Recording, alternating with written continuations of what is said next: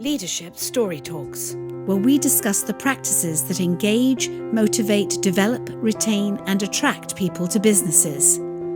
We'll give you principles and tools based on real-world stories to leverage listening and storytelling to become a better leader and management professional. Leadership Story Talks is produced by Narativ, a company that focuses on personal storytelling for business. Welcome to Leadership Story Talks. In this podcast, Julienne, Ryan, and I, Jerome DeRoy, discuss ways in which we can create more engagement in our lives, especially at work. Today, there are more people who identify as disengaged at work than there are who say that they feel engaged.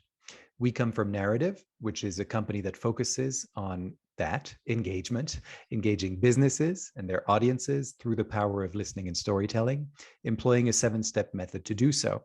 And we created this podcast to talk about engagement and storytelling and listening and all of the things that factor into an organization's life and its employees in terms of how do we exactly get people to get excited about their work and even stay at their work.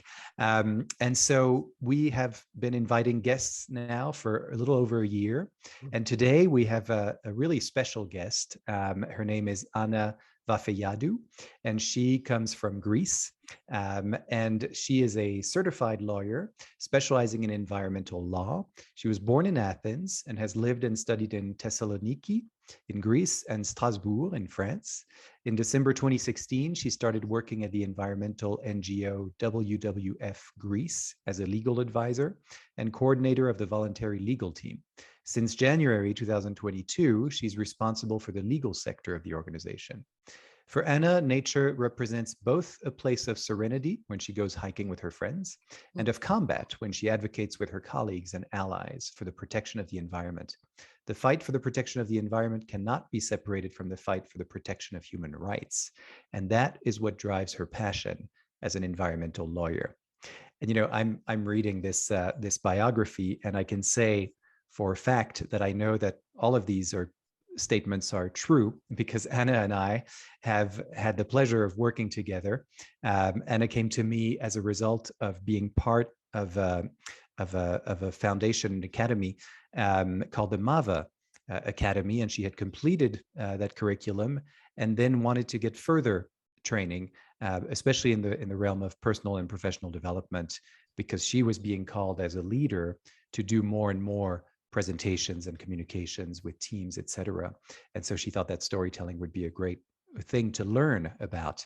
So I just wanted to give a little bit of that context and full disclosure that we know each other and have worked together, and also to welcome you really warmly. Anna, thank you so much for being here. And that's one of the reasons I'm looking forward to this session, because you have that working relationship, and to be able to really get more detail about how that working relationship transformed Anna's work is so exciting. So thank you and welcome. Thanks, Jules. So Anna, maybe we can hand it over to you and ask, you know, what can you tell us a little bit more about yourself and your own journey with WWF, and perhaps elaborate a little on how we came to work together. What motivated you to do that? Thank you very much, Jerome and Julienne, for this invitation. I'm really excited for this podcast. So yes, you couldn't have described it better. Thank you, Jerome. More or less, this is who I am. I'm always interested in roots, where people come from, because this is the factor that identifies them. For me, I was born in Athens in Greece, and I was raised here. And my family comes both from the central Greece, the Peloponnese, and northern Greece, Macedonia, coming from Asia Minor and the Black Sea. Since 2016, I've been working with WWF Greece, which stands for Wildlife Fund for Nature, and not World Wrestling Federation, as I'm glad you made that distinction. Yes. Fortunately, after a lawsuit that was successful for the environmental organization, the trademark for the Wrestling Foundation changed to World Wrestling Entertainment. So WWF is a leading independent conservation body, and its mission is to build a future in which people live in harmony and with nature. In Greece, the national office is present since 1991, and for more than 30 years, jointly with other civil society organizations, private and public institutions, we strive to safeguard the valuable biodiversity of our country, to secure the sustainable use of natural resources, and to reduce pollution and food waste. To accomplish that, we take action both on the field, taking conservation actions, as well as on the public discourse and the political scene, doing advocacy work. So in my field, the environmental legal field, we mostly focus on advocacy work. And in our advocacy work, we have to deal with a variety of audiences. Should that be politicians, governments, private, public institutions, or the general public? Each audience speaks a different language, and we are required to address them in a different way. So during my work, I was asked more and more to conduct public speaking and address to different audiences. So the need came up for me to develop my public speaking skills. And that followed, as you said, Jerome, the completion of this Leadership Academy program, which was really a transformative experience for me. And in this transformative experience, I include as well our sessions for the storytelling process. So for me, storytelling is really precious. I have always looked up to storytellers, and my father used to be a very good one. And when our journey started with Narativ and you, Jerome, I immediately understood that this process would help me to better listen first, and then talk in a way that connects me with my audience and helps me to better engage with them. That's great. And thanks for giving this this context as well, in terms of why you were seeking storytelling, and was there, had you ever, I'm just curious, I don't think I asked before, but had you ever thought of, I mean, I know you mentioned your father was a great storyteller, but had you ever thought of storytelling as a way to engage people in the context of your business, your role, as a leader and kind of ascending leader? Was that something that was already on your radar? Lawyers are supposed to be storytellers. Yes.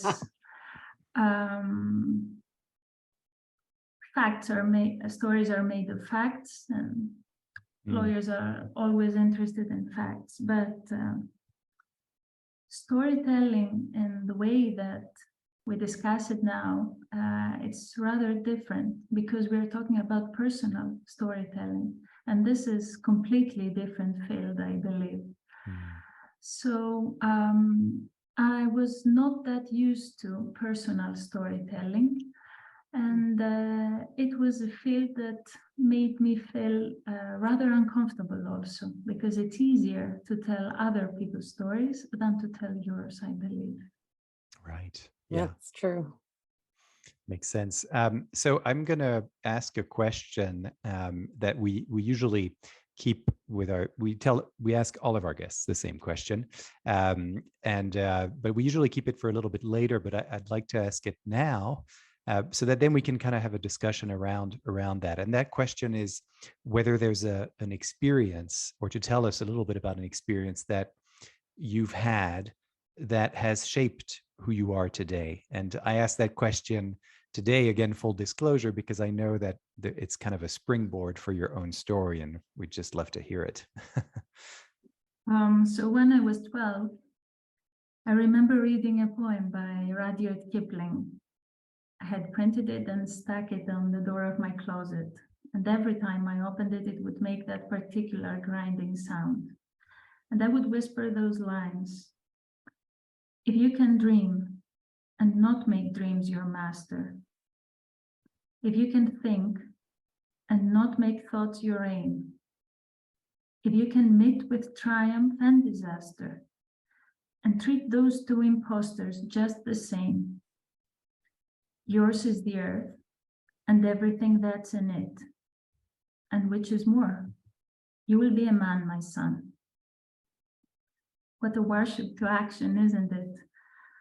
This poem accompanied me until the age of 18, when I left home to study in another city, thinking that my time has come to pass into action. Though today that is not the case. Think of Fridays for Future. Young leaders are taking action from an early age. In Thessaloniki, as soon as I started studying at the law school, I became a member of the Law Students Association and the local citizens group.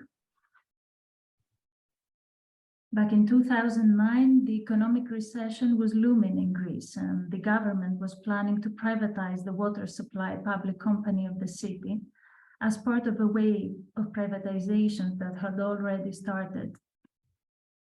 Examples of other countries had shown that people had been deprived of access to water supply facilities as a result of similar privatization schemes, while other countries had decided to renationalize their water supply facilities.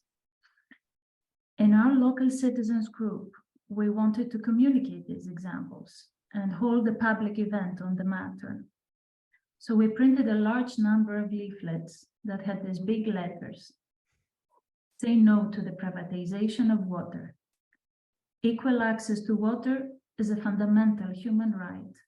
Let's fight for it. And we spread out in the neighborhood to distribute them. We had small conversations with passers-by, and we heard all sorts of comments. So when I joined the WWF as a lawyer, leading a group of volunteers from different professions, we would provide consultancy to citizens and citizens groups on how to exercise their environmental rights as active members of the community. I still remember my first case. It was a man from Germany who called me to report the degradation of a wetland in an island of the Aegean Sea. He was very alarmed by some cleansings that had taken place by the municipality on the boundaries of that protected small wetland. And his instinct was right.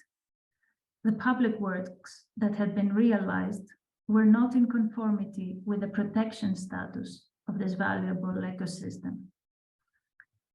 Today, being a leader at the legal sector of WWF, our advocacy work, as we said, consists of shaping robust environmental legislation and policies in Greece and monitoring their implementation. We are now working on another level, different from that of the citizens. We are mostly focusing on strategic legal intervention. So for me, this pathway that I think identifies me is this process from being an active part throughout my life, an active part of the community through different roles. Yeah. Yeah. And I hear that in the story, right? That sort of, there's this common thread. But I'd love to hand it over maybe to Julienne, because I don't think you've heard this story before, or maybe you've heard little bits of it. But yeah, I would love to hear your thoughts, what it evokes, and especially the comparison between that story and the biography that I used to introduce you. You know, I'm always curious about those things and what we retain more than anything else. So I can say a few words about that later, but let's have Julienne first. Your work was literally a ripple effect of using your story and your work, Anna, and then the impression you made on other people who were in your sphere, in your company. And that example about the man reporting back to you about what he was now trying to do with the wetlands is a great example of you inspired him to take action or to notice things in a new way. So it is compelling what you were able to do. Julienne, just to clarify that the most inspiring thing is that it was him who saw this incident. It was him who by instinct wanted to report it. He could not possibly be aware of the legislation that applied in that case. And why would that very small wetland be of importance, of conservation importance? But it was just by instinct that he thought that maybe I should inform about it someone, an organization that has an expertise on that. And they could, in turn, inform me on whether this is legal or not, this is lawful or not. Yes. That's, yeah.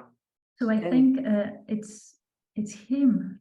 It's this person who is inspiring, and yeah, we'll give credit to both of you for the that's right, for the mutual collaboration. But thank you. It is you helped people pay attention and take action. So it's amazing. So I'm going to sit back and listen for more of experiences and what you learned and what you've taught others. Yeah, I mean, I'll just say two things that kind of strike me, and again, I've heard. Obviously, we worked on this story together, Anna and I, and then, so I heard at the end of our sessions various versions that we worked on, and then you told that story to a group of people, which I had the opportunity to see as well. So I kind of see how it evolved, and now it's the third time that I'm hearing it. Yet another version, and even though it's the same story, there are things that the mind sort of notice that are different every time. And I think to me, this is just kind of reinforces the beauty of personal storytelling in a kind of business setting, is that you notice these things, even if you've heard the story before, there's something a little different every time. And what struck me, the two things that struck me this time were, one, your comment, Julienne, kind of building on that, the juxtaposition of Anna is the one at Thessaloniki, she's in the streets and she's got her leaflets and, no to the privatization of water. We all deserve equal access to water. You're the one who's the activist. And then you go to this organization, WWF, and now there's someone who's calling you, and he's the activist. He's the one who's like, we got to do something about this. Except that now you're in the position to actually do something that could really matter to that person, that could actually, you have the tools and the skills and the training to go and do that. And so that's the first time I really noticed that contrast, or that evolution of your journey, from even the little girl, in her bedroom who's kind of dreaming, to then taking action in university, right? Thessaloniki was a university. And then finally, you're there in the working world and at the environmental organization that's known all over the world. It's probably one of the most famous environmental organizations. And, when we use those terms, people know what we're talking about, WWF. And so then we kind of get to see that whole journey in, what was that, 5 minutes, less than 5 minutes, And so to me, that's the first thing that struck me, is just the evolution. And the second is comparing it to the bio that I read at the beginning, which is great.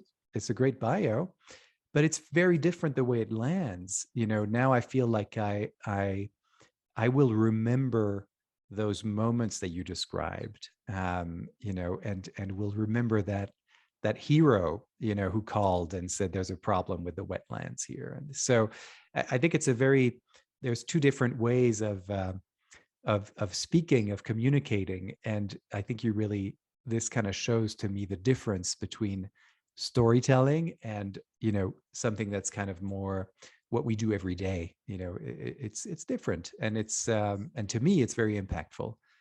So I wonder, from your point of view, Anna, now that I don't know how many times you've told this story by this point, but what is it like for you to be telling this story a few times? Do you notice changes? Do you notice differences with different audiences? Because you said at the beginning that one of your motivations to do this kind of training is that you had to speak to different audiences in different languages and different, so I'm curious what you see now, having gone through that, going forward, in terms of these different audiences that you deal with. Have you already noticed something about that and this training, and whether it's been helpful around that?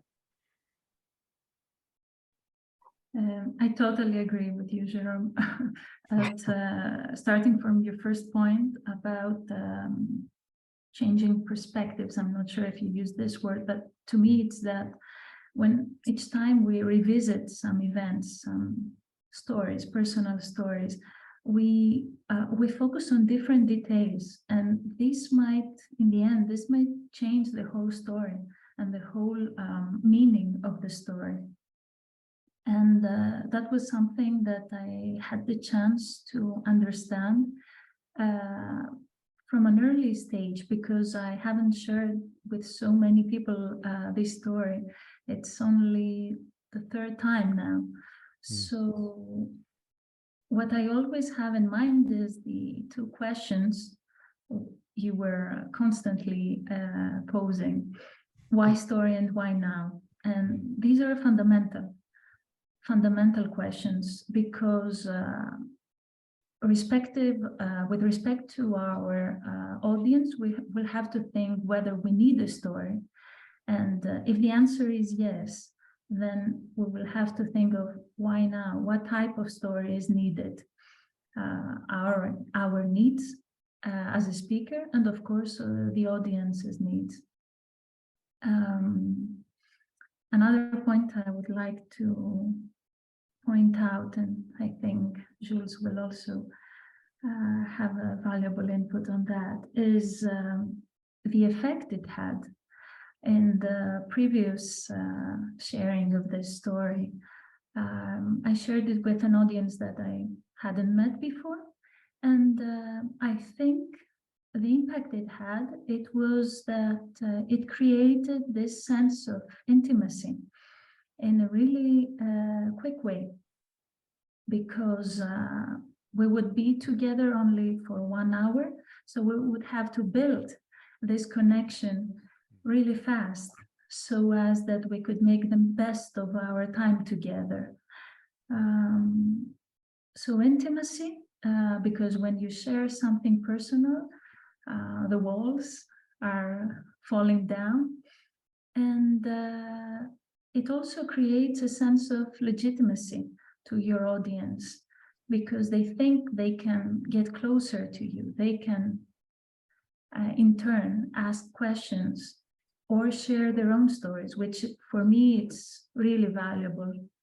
It's memorable because I'm carrying a picture of a marsh in my mind as you were describing. So I'm traveling with you in this story and looking at this body of water and the environment, what it could look like. So it becomes more tangible, I think, is the most powerful part, and more memorable.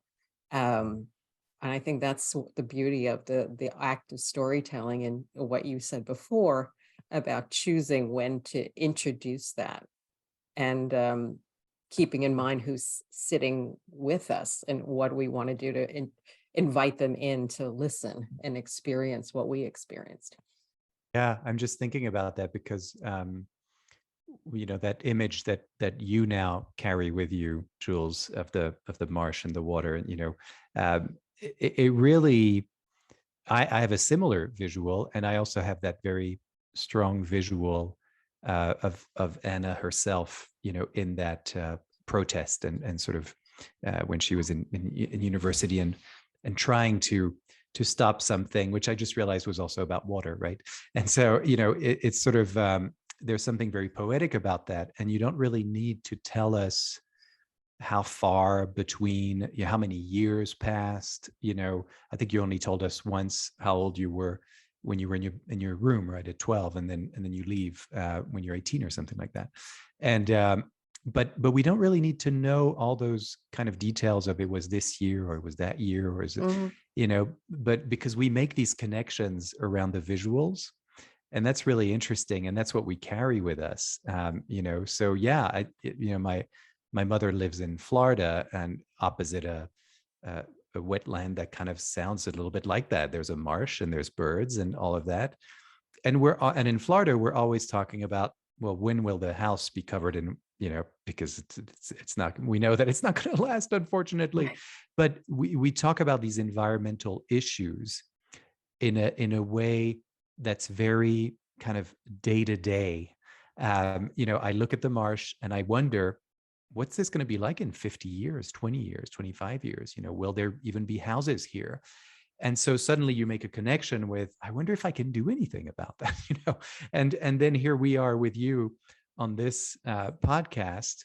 And here's someone who actually has some of those tools, as a lawyer, as an activist, and as part of this, global NGO that is trying to have an impact on climate change and all the things that we want to be fighting for. But I wonder, from your perspective, so that's what it evokes, right? And I wonder, Anna, if you're sort of thinking about what's next. You tell a story like that, and you mentioned the group that you were telling it to before. It causes a conversation. What do you think is next? Like, what's your ideal kind of outcome? And I know that it's kind of a new thing. It's only the third time that you've told this story, but even in general with your work and telling stories about the environment and about, our human rights, as you mentioned, what we can do legally to try to affect change. What ultimately is your kind of ideal outcome when you're telling a story like that? Is it that you're trying to change a mindset? Is it more about getting people to understand what they can do? What is it exactly? Maybe you can tell us much more eloquently than I'm struggling to do. No, you expressed it perfectly. We are all aware of the bad news regarding the state of the environment, the radical loss of the biodiversity, the climate deregulation. And in the same time, we are all aware that the environment is our home. We are totally interconnected, and our health is also closely interconnected with its state. So this is our starting point. This is our common understanding and common starting point. But what's next? This is the call to action next, because we have to do something about it. And by we mean everyone, because there is no room for exclusions. We all need to act. And there are ways to do it. What you said is true. We have the tools. The legislative framework gives us the tools. The protection of the environment as a substantive way and through procedural ways has been identified in an international level. We have the right to a clean environment, clean and healthy environment. And this has also been recognized as a human right, which is very important also. But as a lawyer, of course, I am also interested in the procedures, because we are not interested in theory. Of course, having a right, having secured the declaration of a right to the environment, it's really valuable. but we also need the important framework to be enforced so that this right can be enacted. And we also have these procedural rights. We have the 3 pillars of the environmental democracy, as we usually say. It's the right to environmental information. It's the right to public participation in environmental decision-making. And it's right to access in environmental matters. In my story, the man who reported to an environmental NGO this event of degradation did not only stop there. He had a follow-up with the competent authorities. And this is a valuable example of public participation. So informing the relevant authorities of a case of degradation so that they will do this follow-up and take the appropriate actions.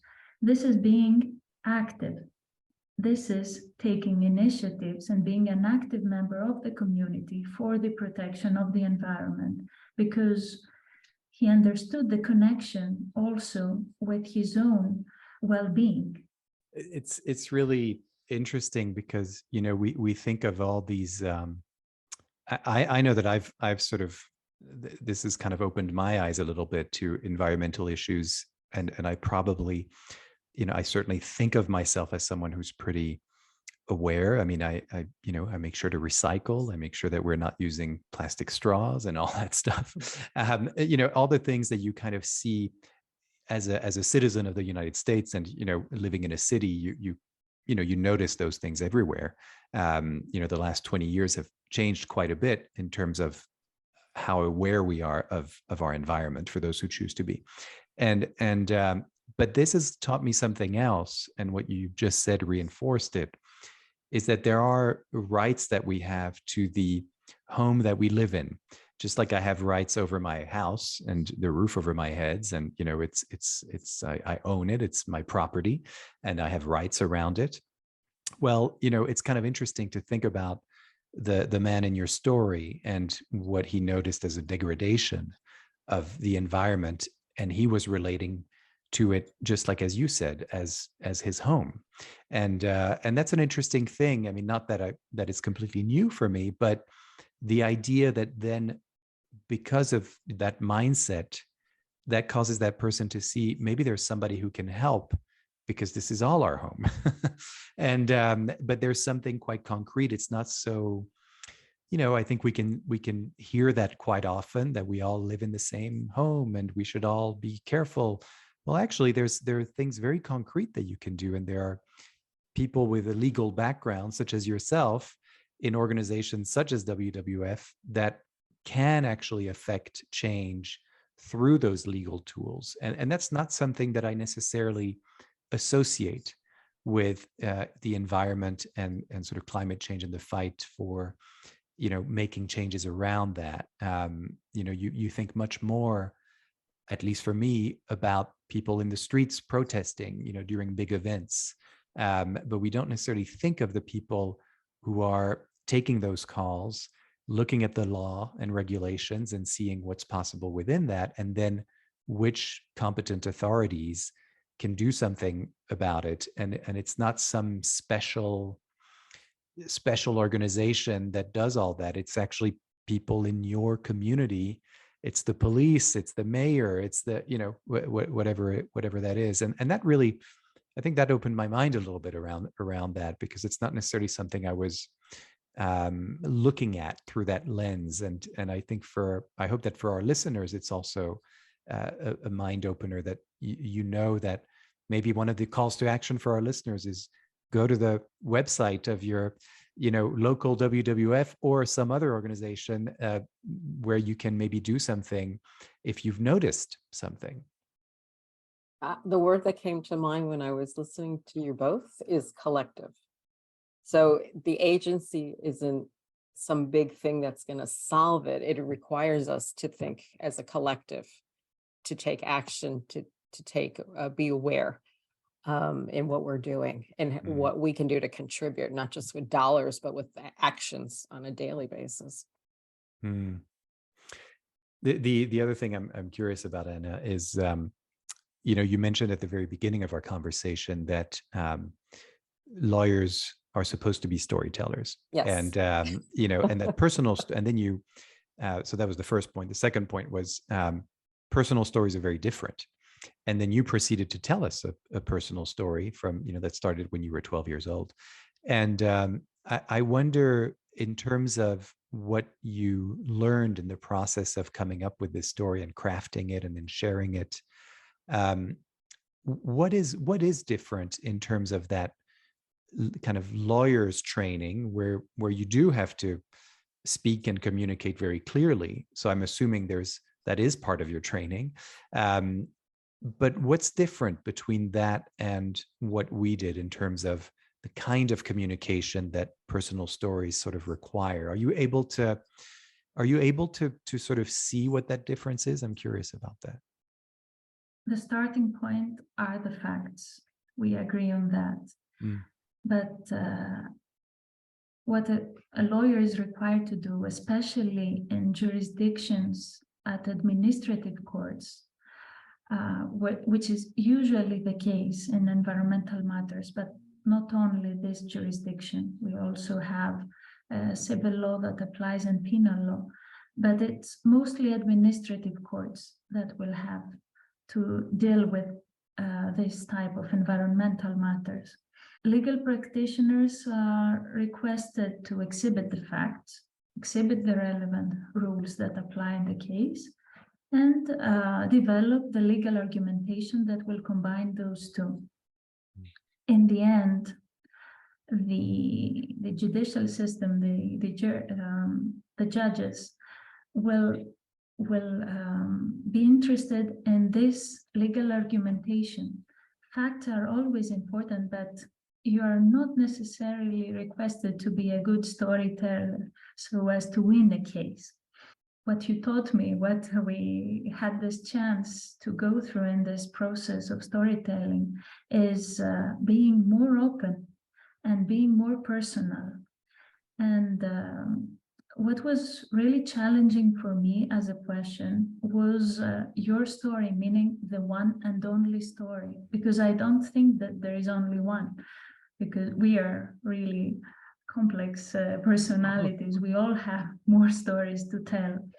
And as we said before, this always depends. We have to be flexible and with respect to who we have before us. So more stories to tell, and this is the beauty. And all of us have stories to tell, which are important in different contexts and in a differentiated way. Mm. So for me, these seem like two different worlds, but probably someone else would give another answer. I don't know. Yeah, I think that's a great way to respond, actually, because you're right. I think at the beginning, when I asked you the question about the experience that's shaped who you are today, that's a question we ask all of our guests, and it's always a different answer, obviously, because they're unique, and yet there are these universal paths or pathways that people have taken that actually aren't so different. They're unique in your circumstances because this is you in Greece at this age, but there are other people who've told us stories about experiences that shaped who they are today. And my mind, and I think our listeners' minds and everybody's mind, as they listen to those stories, they make connections with their own lives and their own experiences. And to me, that's really, when we talk about facts and data and making sure that we stay true to a person's experience that you're representing, as a lawyer, and you tell a story of your own, it changes how you connect with someone on a brain level. I mean, we are designed as human beings to respond to stories, and that happened again today, because even though I have nothing, I'm not trained in the law. I'm not. I don't really have a career in environmental law, anything to do with the environment, really. And yet the journey of someone who goes from, being 12 years old to reading an inspiring poem to then taking that to university and then the job you're in now, I can relate to that journey because I've had that journey. I was a child inspired by something, had a dream, went to college, then did other things, and now I'm doing what I do, right? So there's something where when you take out those unique circumstances, my mind is making those connections with my own life. And I think that's why it's so powerful and why we connect so much to these personal stories as opposed to stories that aren't personal, that are more, something about something else or someone else. Jules, you seemed like you were about to say something. So you mentioned about stories and lawyers, and there's always a reaction when we hear the label lawyer. We have a picture in our head, and your act of storytelling humanizes the relationship with your practice and your mission and the work you're doing. So it does disrupt thinking and allows people to pay attention with fresh ears, basically. I call them fresh way of listening and go, that's what informs her work. And I think that's very important to give people you've given people opportunity to hear about you as well as the mission and where people can have a relationship with this work. Yeah. Maybe that's actually a great transition to the next question as we begin to land this plane. What is it that you would like for our listeners to retain from today's conversation? Where can they learn more? Whether it's about the leadership development program or WWF, are there any resources that you would like to point people to or a message to our listeners? I would like to highlight the word that Jules used, saying collective, and the importance of collective action is really significant because in my story, I had this man who was at the center of the story, but usually, in order for an action to last, because taking action in the environmental field requires both a lot of time, a lot of effort, personal effort, and a lot of time to see results. If you seek actual results in the environment as well as in our everyday lives, whatever we do, each fight will not come from one day to another. So the importance of collective action now arises in our discussion because one person cannot take all this responsibility in his own hands. And it's very important to look up and search for other people, other citizens who are also interested in these matters. Taking action also is important to be done in an informed and well-documented way. This is the key to bring a change and improve the living conditions. As we said, we all have the right and the means to rethink and co-design a different future, where people and nature will thrive together. The question, after all, is, are you willing, as citizens of democratic societies, to join this journey? As further resources, of course, your audiences, your listeners are more than welcome to visit the WWF website. And I think another valuable reading would also be the link for the leadership program done from the MAVA Foundation. Great. Thank you so much. And what a great call to action, or the question is, are are you willing to join us? And that word collective that Jules brought up. So I want to reiterate the ways that people can find out more. WWF, the website, there's MAVA, MAVA Foundation, if you want to learn more about that program as well, and just get a little more context. And then, of course, as always, there's narativ.com, NARATIV.com. There is a podcast page on our website where you can find all of our previous episodes, and that's where you'll find this one. And of course, if you have not subscribed to the podcast on your favorite platform, make sure to do so, because when you do that, every Monday you'll get the new episode, and that way you don't miss any of our episodes. So I want to thank again Jules, my wonderful co-host. Thank you. It's always Yeah. a pleasure. Yeah, and thank you, Anna Vafeiadou, for being with us today. Really wonderful work that you're doing with WWF, important work, and I'm so glad that we were able to give you a new skill that you're going to be. I'm excited to see you use more and more in the world to greater and greater effect. Please stay in touch with us and let us know how it goes. Maybe there'll be a part 2 for this in a little bit further down the road. And I want to remind our listeners as well that we are here to listen to you. Whenever you need to tell a story and want to learn how to find, craft, and tell the stories that matter, that will call people into action, just like Anna did today, please don't hesitate. We are happy to listen to you and to whatever challenges you have. So narativ.com again, NARATIV.com. That's where you'll find us. Thank you so much, everyone, and see you next time. For more information on the narrative listening and storytelling method and how it can help your business, go to narativ.com.